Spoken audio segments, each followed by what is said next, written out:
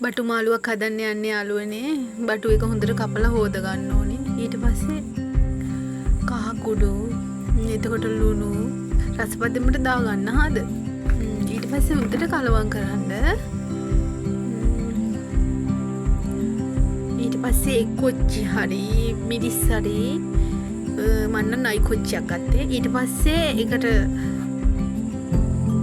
කරපිංචා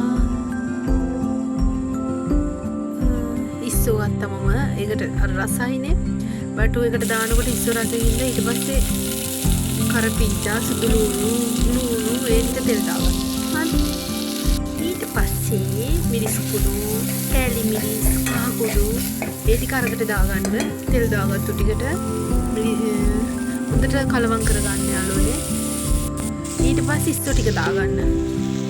ඉස්සෝ ටිකත් හොඳට ඊට පස්සේ ඔය තියෙන ඔක්කොම දාලා ඊට පස්සේ ඉස්සෝ ටික කලවම් කරන්න ඕනේ.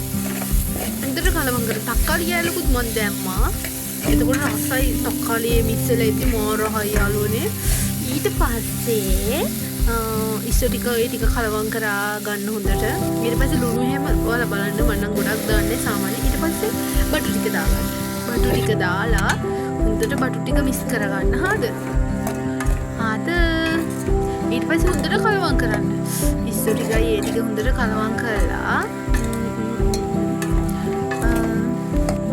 ඊට පස්සේ මෙන්න මෙහෙමයි මගේ මාළුවෙක් ඉදුනේ. ඔයාලත් හදලා බලන්න සසටදී.